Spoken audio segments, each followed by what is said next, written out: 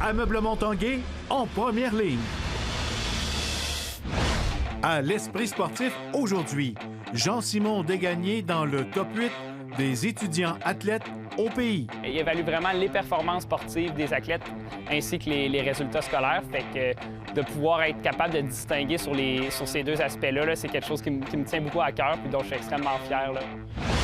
Et plus que jamais, les Québécois renouent avec le plein air dans nos parcs nationaux. C'est plein de monde qui découvre ce territoire-là. C'est vraiment extraordinaire de voir ces gens-là aller en sentier, voir la nature.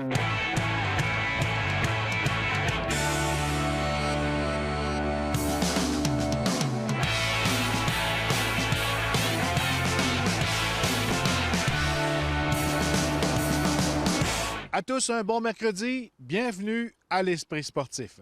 La réputation de Jean-Simon Desgagnés n'est plus à faire sur la scène de l'athlétisme universitaire au pays, mais également sur les bancs d'école. Avec des résultats académiques impressionnants, l'étudiant de 4e année en médecine vient d'être nommé sur le top 8 canadien universitaire des étudiants athlètes.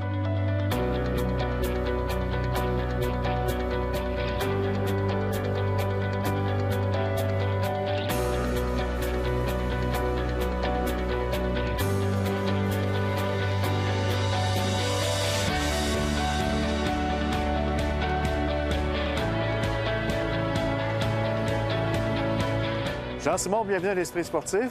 Merci beaucoup. D'abord, félicitations pour cette belle nomination dans le top 8 U-Sport. Qu'est-ce que ça te fait là, quand tu as su la nouvelle que tu étais dans ce palmarès?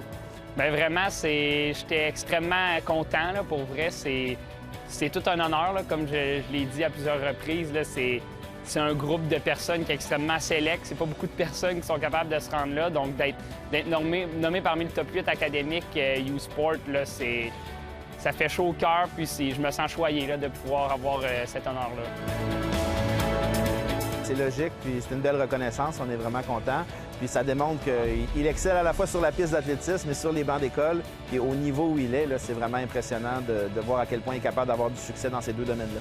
Comme étudiant en tête, on peut dire que c'est le portrait idéal à démontrer aux autres étudiants athlètes? Oui, tout à fait. C'est vraiment un exemple pour ses coéquipiers puis pour l'ensemble des étudiants athlètes au Québec, voire même au Canada, avec le prix qu'il vient de recevoir.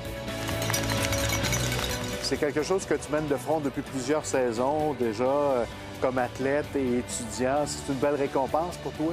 C'est motivant?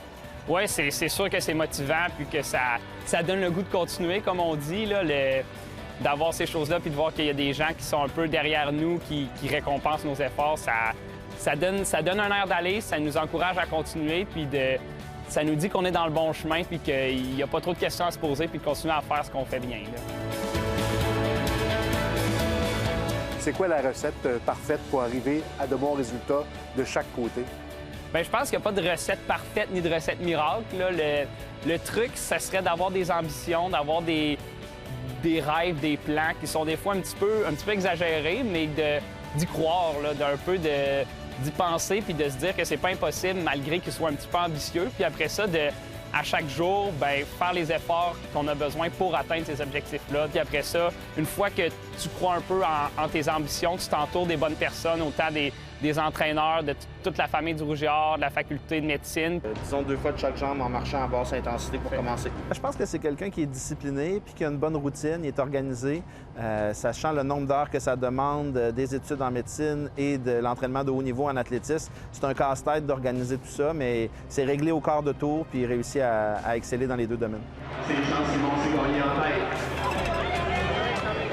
Est-ce qu'il y a un endroit où il faut que tu mettes un peu plus de temps? Est-ce que c'est partagé? Ou...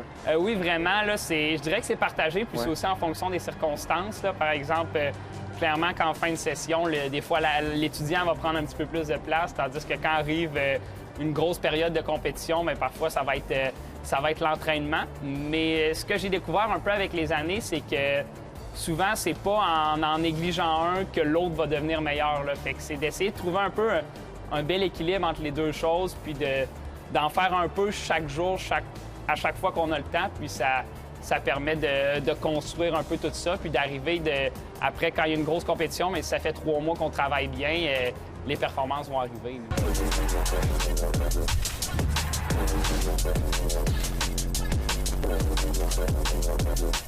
C'est la vedette de New Balance ces temps-ci, là, dans une vidéo promotion. Là. Ça a été réalisé avec un de mes amis qui est vidéaste présentement, puis réalisateur à Québec. Puis c'est un peu un projet qu'on avait eu pendant la pandémie, tous les deux, de réaliser quelque chose pour montrer que même s'il y avait plusieurs choses qui étaient à stop puis arrêter, que c'était pas le moment de baisser les bras puis qu'il fallait se retrousser les manches. Fait que c'est à travers un peu la course à pied, la mode, le style, on voulait montrer que c'était pas une raison pour arrêter de performer. Puis je pense qu'on est vraiment fiers là, du rendu que ça a donné.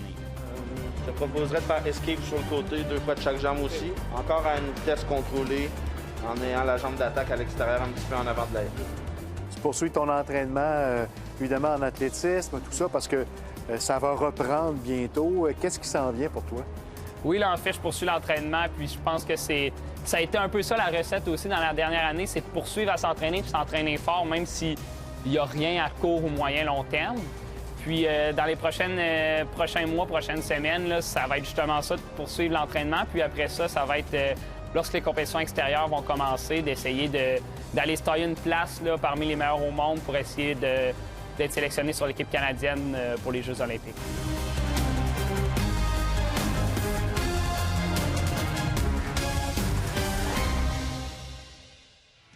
Restez là après la pause, le plein air en vedette au Parc national de la Jacques-Cartier.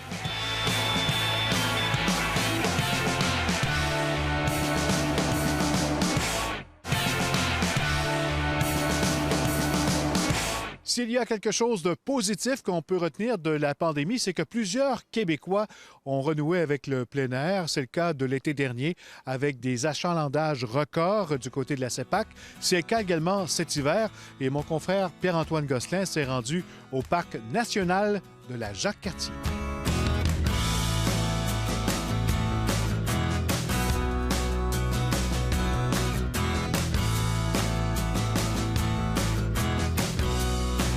André Rouleau, on vous retrouve dans le magnifique décor du Parc national de la Jacques-Cartier. Disons que c'est un décor qu'on a vu régulièrement dans les derniers mois. C'est achalandé pas mal. On a beaucoup de gens qui redécouvrent ou qui découvrent pour une première fois le Parc national de la Jacques-Cartier. On a vu qu'il y a eu des records aussi d'achalandage l'été dernier. Pouvez-vous m'en parler un peu? Et on a effectivement eu beaucoup de monde. Il a fallu établir une nouvelle procédure pour l'accès au parc, en fait. On a établi des quotas maximum. Donc, les gens qui veulent faire une visite au parc doivent d'abord acheter leur autorisation d'accès en ligne, pour ceux qui n'ont pas leur carte annuelle, bien sûr. Le fait d'accepter moins de monde, c'est plus pour s'assurer que les gens puissent avoir une expérience qui soit de qualité. Si on arrive ici puis que c'est un dégât de voiture puis que c'est un peu le bordel au niveau de la circulation, au niveau des parkings, tout ça, c'est pas ça qu'on veut. On veut quand même avoir un milieu qui assure une certaine sérénité, un certain plaisir d'être en nature, même si parfois l'achalandage fait en sorte qu'il y a du monde partout, mais au moins on essaie d'avoir une situation qui assure une certaine qualité de l'expérience quand les gens viennent ici au Parc national. Qu'est-ce qu'on peut faire cet hiver au Parc national de Jacques-Cartier? L'hiver, il y a le ski, la raquette, le ski de fond, la raquette. Lorsque les conditions de neige vont le permettre, il va y avoir le ski hors-piste qui va pouvoir ouvrir. Il faut préciser qu'on a besoin d'avoir 1 mètre de neige au sol avant qu'on puisse autoriser cette activité-là. Ce qu'on a à offrir l'hiver, il y a la glissade. On a une petite glissade avec des chambres à air qui est intéressante. Vous voyez qu'il y avait de la location de raquettes? La location de raquettes, on a de la trottinette des neiges. On a aussi des skis nordiques dont on peut faire la location.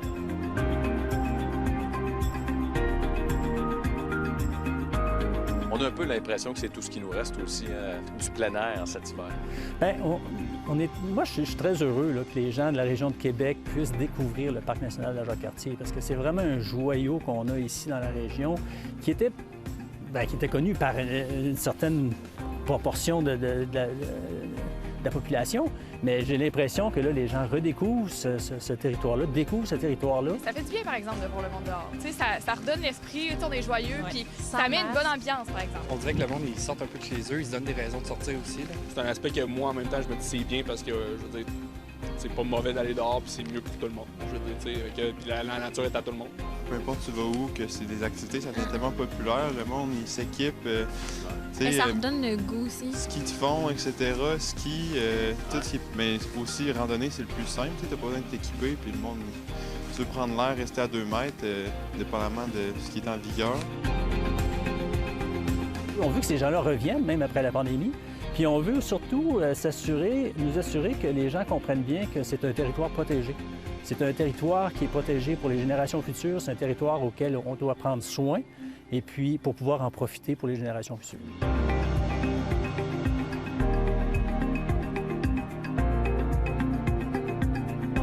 Ça nous sort de chez nous, là. Ça change les idées. Tu es toujours pogné chez vous. Ben moi, j'ai remarqué qu'il y avait beaucoup plus de gens que, mettons, c'est leur première fois qu'ils essayaient ça, là, le hiking, la randonnée pédestre, l'hiver. En 2020, j'ai commencé à courir à 53 ans. Puis là, j'ai pris ma carte saisonnière pour le parc de la Jacques-Cartier. Fait que là, je fais la tournée des pistes en hiver, puis après ça, on va le faire l'été. Est-ce que le couvre-feu change quoi que ce soit pour vous?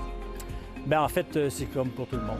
Les gens qui sont en villégiature ici au parc doivent rester dans leur hébergement à partir de 8 heures ou sur le terrain de leur hébergement. On a quand même au-delà de entre 20 et 30 chalets et hébergements qui sont offerts sur 4 saisons ici au parc. La CEPAC a quand même plusieurs autres choses à offrir aussi dans la grande région de Québec. Qu'est-ce qu'on peut faire? Bien, écoutez, il y a du Chêné, bien entendu, il y a le Camp Mercier.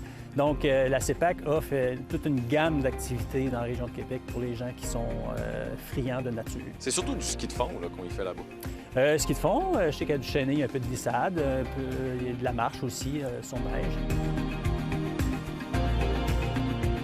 C'est de voir l'effet que ça peut avoir sur les gens, sur la santé mentale des gens, sur la santé point des gens. Global. Global, absolument. Merci, André. Un peu plaisir.